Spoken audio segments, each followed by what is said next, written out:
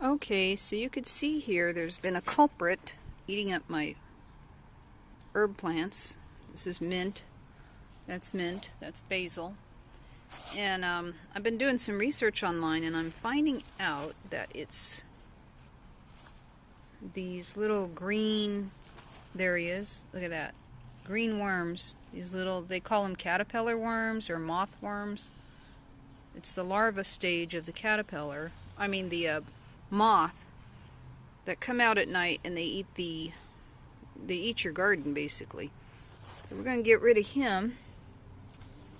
And I've got a homemade pest control, sort of like a repellent. It's made with garlic, chili pepper, and dish soap and water. So I'm going to experiment and spray on the underside and see if it helps cut back on those culprits. There he is. I've hand pulled out about a dozen of those worms, those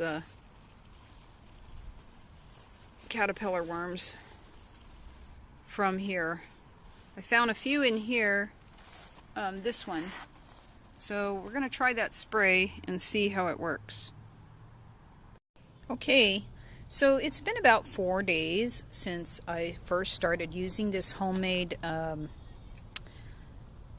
garden pest repellent, and I think it's done a pretty good job. I went in through here and checked every day. I only found one worm after, and I resprayed, and then today I found this guy in there, but he was curled up over here, not on the plant, and usually they're on the plant, so he's probably been in there. Anyway, I think it's working, and I'm going to continue to use the spray.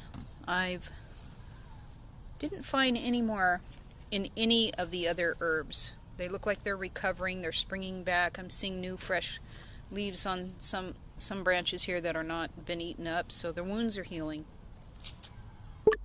Okay, so what I did over here in the garden is I transplanted from my tiny little cups my sugar snap peas and squashes and things like that. But what I did prior to putting them in was I sprayed the dirt that they were going to be planted in. I also, every couple of days, I come in here and I spray in between, sorry, lost focus there.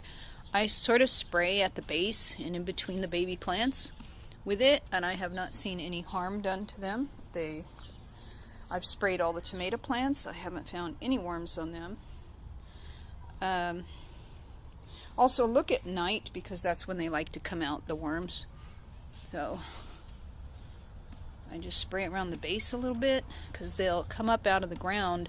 Sometimes they're on the leaves, but I haven't found anything. I've done a pretty good job checking, and haven't found any of the eggs or anything like that. So it's a good spray. I'll let you know how it goes over the next few weeks as the plants grow. But so far so good. And then over here I've got baby lettuces growing. I transplanted them from cups, and I sprayed the ground prior to planting them. So I'm going to keep checking them. I haven't seen any bugs yet. They look pretty good. They're surviving the insects. We don't have any problems so far. They all look pretty good. So anyway, keep you guys posted.